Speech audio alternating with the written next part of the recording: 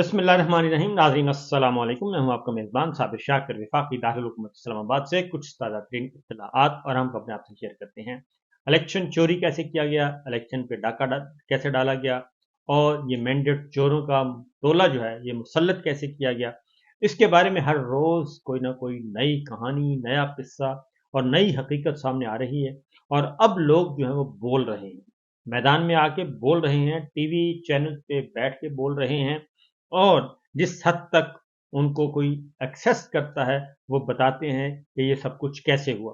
अब एक जो नवाज शरीफ साहब का हल्का है वो डॉक्टर यास्मीन राशिद उनके मुकाबले में इलेक्शन लड़ा और डॉक्टर यास्मीन राशिद जीत गई।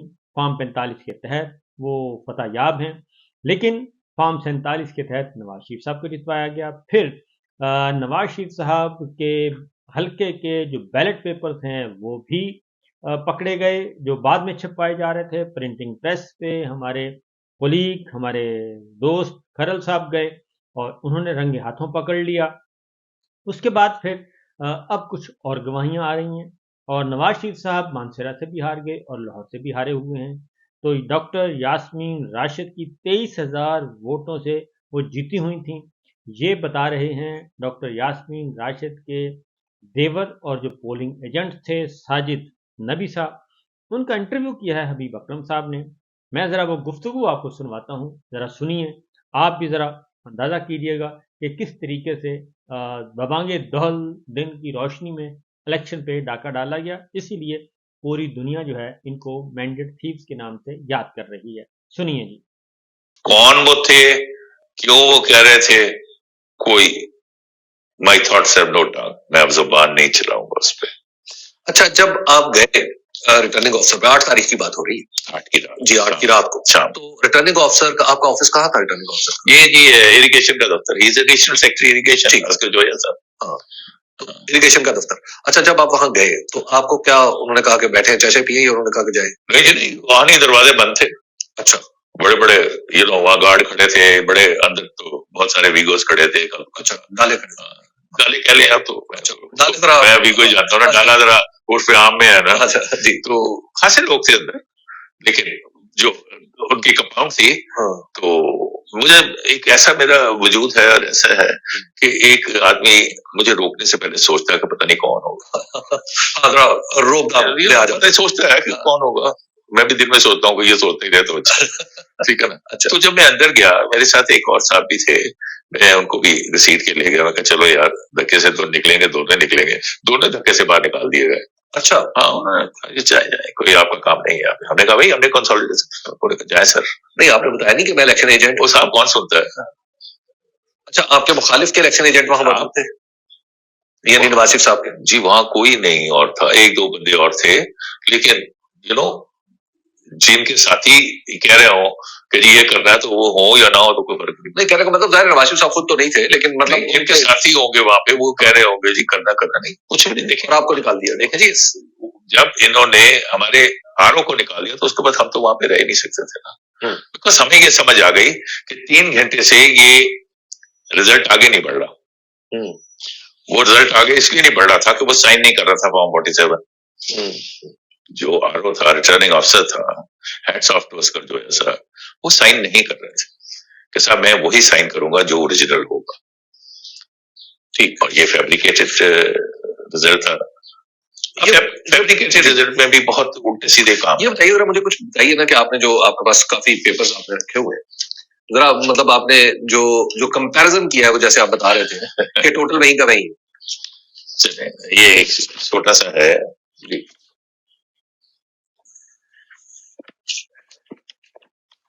ये देखें, ये मैं आपको दे रहा हूँ जी, ये आपके हाथ में जी, पोलिंग स्टेशन नंबर 1 है। जी बिल्कुल है, पोलिंग स्टेशन नंबर 1 है जी, और ठीक है, पोलिंग स्टेशन नंबर 1 है जी।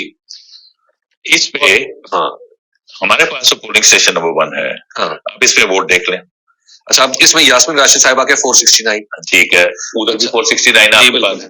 इधर नवाज शरीफ साहब के 291 है, लेकिन यहाँ पे 1291 है और उसके ऊपर इनिशियल हो गया हुआ। जी बिल्कुल, ठीक है। अच्छा, और उसके ऊपर देखें कि हमारे यहाँ पे जो दस्तखत है जी, वो उजैर ताहिर लिखा हुआ। जी बिल्कुल, उर्दू में जी, टेक्नोलॉजिस्ट। जी उजैर ताहिर टेक्नोलॉजिस्ट, आपके पास अंग्रेजी में लिखा होगा। जी बिल्कुल ऐसे ही, ये देख लें फर्क। अच्छा अच्छा, ये अच्छा, यानी इसका मतलब है या तो इसमें गड़बड़ है या उसमें गड़बड़। हमारे पास गड़बड़ है तो फिर इसका मतलब हम गलत, हम इलेक्शन ही नहीं लड़ रहे थे। अच्छा, तो ये तो हमारा रिजल्ट है ना जी। अच्छा, अब ये देखिए कि इसमें कुल तादाद इसमें वोटों की, अब देखिए ना 1931 की गई है। अब ये देखें यहाँ पर भी चेंज किया 1941 की है, और ये देखिए 941 है यहाँ पे मेरे पास। अच्छा अच्छा, 1000 का, अच्छा 1000 ऊपर बढ़ाए हैं तो 1000 नीचे भी बढ़ा। जी जी, वो देख लें। ठीक है, अब आगे चले। आगे जो दूसरा है मेरे पास, इसी में आप दूसरी पे पोलिंग स्टेशन नंबर 6 है। हाँ, वो इसमें 235 है नवाज शरीफ साहब के जी, और 380 है मैडम, लेकिन यहाँ पे 1235 है, 1235 है। अब ये फर्क देखें कैसे कैसे आने शुरू हो गए। अच्छा, और नीचे भी उन्होंने 728 वोट को 1700 कर दिया। ठीक ठीक ठीक ठीक। अच्छा, ये छोटी सी एक एक्सरसाइज है जो आप कंपैरिजन में करते हैं कि जहां पे 315 है हमारे, यहाँ पे नवाज शरीफ साहब के 315 है। अच्छा, अब जरा ये पोलिंग स्टेशन नंबर 18 है, पब्लिक स्कूल सादा जी। अच्छा, इसमें नवाज शरीफ साहब के 315, नवाज शरीफ साहब के 1875 वोट। तो देखे ना, जो वो उन्होंने 1875, 315 को 1875 कर दिया। अच्छा, 3 को इस तरफ उल्टा 3 डाला, ठीक है ठीक है, और अच्छा, 1 को 7 कर दिया। हाँ, और 1 उसके बाद ऐड कर दिया, और जब यास्मीन राशिद के वोट जो है वो 378 है। जी बिल्कुल ऐसे ही है हमारे यहाँ। यास्मीन राशिद के 153 है मेरे पास जी, वो देखे ना, वो उधर काटे हैं, इधर 378 है। अच्छा, उधर वही है, ठीक है, हमारे पास 378 है। हमारे पास कुल वोटों की जो काउंट है यहाँ पे 805 है, यहाँ पे 2111। अब मैं आपको एक बात बताता हूँ, पाकिस्तान में आपको शायद आपके, क्योंकि आपका मुशाहिदा बहुत ज्यादा है, क्या वोटिंग की परसेंटेज क्या थी? आमतौर पे पाकिस्तान में बहुत अच्छी हो तो 50% प्लस होती है, और इस दफा 48% बताई जा रही है। ये देख लेंगे 98% से भी ज्यादा है जी, ये बहुत सारी जगह जी जो आपने देखी है। बिल्कुल ऐसे ही, मिसाल के तौर पे जो आपने जो पोलिंग स्टेशन नंबर 1 है, वो उसमें कुल तादाद है वोटों की 2073, ये खुद बता रहे हैं, और वोट जो पड़े हैं 1941 वोट पड़े, यानी रफली लेकिन उसके close to 99%। Polling station number 1 जो है उसमें सिर्फ वोट पड़ा 941 जी, ये तो हुआ ना 40% जी। और यहाँ पे 1901 है polling station vote, polling station number 6 पे, यहाँ पे जो कुल तादाद है 1901 है और 1736 वोट पड़े। अच्छा, ये जो आपने मुझे डेटा दिया है, इसमें एक बड़ी दिलचस्प बात है कि पोलिंग स्टेशन नंबर 24 है और इसमें 1325 वोट है कुल, और 1300 पड़ गए जी। मैं वही बता रहा हूँ ना कि अगर वो गिनती बढ़ानी है जी तो उसके लिए अकल तो नहीं चाहिए ना, उसके लिए सिर्फ एक हिंसा ही चलाना ना। अच्छा अच्छा अच्छा अच्छा अच्छा, तो ये बताइए कि अब आप जब आपने ये सारी चीजें, ये तो जाहिर है बाद में है, इलेक्शन कमीशन को तो आपने वही दिखाए जी, हमने तो अपने वाले ही दिखाया था ना। अब आप क्या समझते हैं कि अब आपने इलेक्शन कमीशन में ये जो नए हैं, आपने ये फर्क वाजे किया? उनको सब पता है। अच्छा, जब वो मेरे वो जो लीडर साहब थे, जो अपना अवैध साहब थे, जब उन्होंने कहा कि जी आप अपने 42 तो गिन लें, तो वो क्या कहा लगा, एक बेंच में क्या कहा लगा, तो फिर उन्होंने कहा जी कि आप, उन्होंने कहा जी ठीक है जी, अब कहते हैं तो हम फिर गिन लेते हैं, लेकिन फिर हंसना शुरू हो गए। देखिए, सारे को कहानी तो पता है, और वो कहानी एक बेशर्मी की है। तो ये बताइए कि अब आपके पास क्या, अब तो आपको इलेक्शन ट्रिब्यूनल में जाना पड़ेगा या अभी आपका केस? नहीं जी, अभी वो हमारा जो है, उन्होंने हमें ट्रिब्यूनल का नहीं कहा। अच्छा, जो ईसीपी का बेंच बैठा हुआ है उसे फैसला देना है, अभी तक उन्होंने दिया। मैं 4 तारीख को वहां गया था, और 4 के बाद आज 14 हो गई है, 15 हो गई है। तो आप का ख्याल ये है कि आप अब इस वक्त जो फॉर्म 47 है उसमें आपको कितना हराया गया? 1,70,000 वोटों से, 78,000 वोटों से आपको हराया गया।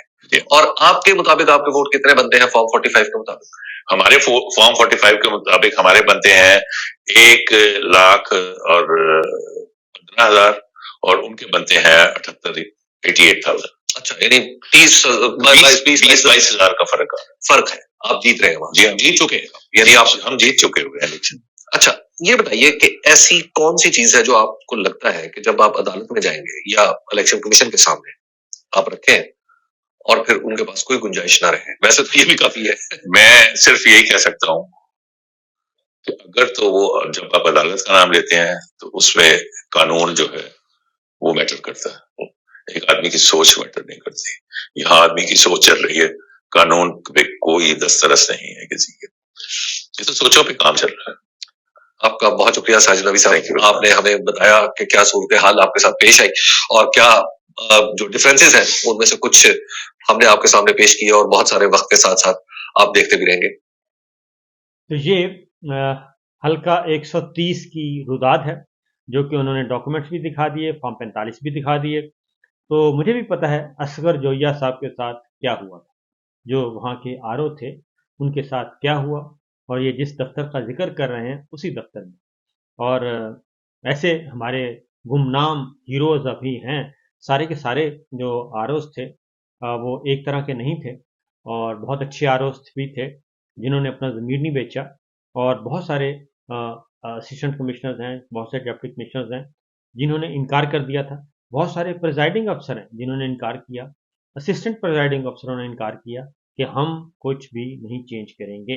तो इसीलिए अब ये मामला जो है वो इलेक्शन कमीशन दबा के बैठा है, और 14-15 मार्च तक भी कोई इतला नहीं आई थी, और आज जो है वो 23 हो चुकी है, अभी तक भी कोई इतला नहीं है। क्योंकि जैसे ही इलेक्शन कमीशन जो है वो ऑर्डर पास करेगा, वो फेवर में करे या अगेंस्ट करे, तो अगले फोरम पे जाना पड़ेगा। यकीनन वो इसीलिए दबा के बैठे हैं कि मियाँ साहब को सुक्ति ना हो, क्योंकि मियाँ साहब ओथ ले चुके हैं और उनको नहीं छेड़ा जा रहा, जबकि बाकी बहुत सारे हल्के जो हैं वो वापस लिए जा रहे हैं और रिकाउंटिंग में दिए जा रहे हैं मुस्लिम लीग नवाज को। और वो इसलिए दिए जा रहे हैं कि 2/3 मेजॉरिटी, सिंपल मेजॉरिटी जो है वो मुस्लिम लीग नवाज को हासिल हो जाए पाकिस्तान पीपल्स पार्टी के बगैर, और पीपल्स पार्टी की जो बैसाखियां हैं उनका सहारा खत्म हो जाए। क्योंकि पीपल्स पार्टी की जो बैसाखियां वो बहुत तंग कर रही हैं शरीफ फैमिली को, तमाम की तमाम को, मरकज़ वालों को भी और पंजाब वालों को भी बहुत ज़्यादा तंग कर रही है। और उनको हर वक्त जरदारी साहब की जो बतीसी है वो नज़र आती है। वो कहते हैं ये हमें नज़र नहीं आनी चाहिए। लिहाजा इलेक्शन कमीशन ऑफ पाकिस्तान अभी तक भी जो उनके सरबराह चीफ साहब हैं और उसके बाद 4 रतन हैं, वो सारे के सारे उसी जगह पे चल रहे हैं। फिर जो साजिद नबी साहब ने एक बात बताई, उन्होंने कहा कि कानून तो है नहीं, ये तो सोचों पे चल रहा है मामला, और जो फ़र्द वाहिद सोच रहा है उसके अकॉर्डिंगली सब कुछ हो रहा है। तो ये है हकीकत, और ये हैं हमारे ज़माने में पनपने की बातें, और यही चीज़ें, यही हकीकत है।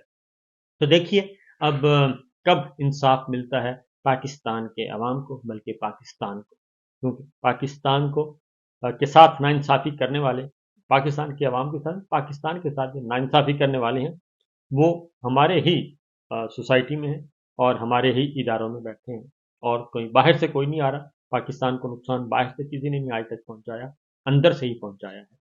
और अगर इसीलिए बाजवा साहब जो हैं, जब उनको कहा जाता था कि मीर जाफ़र और मीर सादक का नाम लिया जाता था, तो वो नाराज़ होते थे, और जब उनको याहिया खान के साथ मिलाया जाता था तब भी वो नाराज़ होते थे, और बहुत ज़्यादा लाल पीले गुस्से में हो जाते थे। इजाज़त दीजिए, अल्लाह।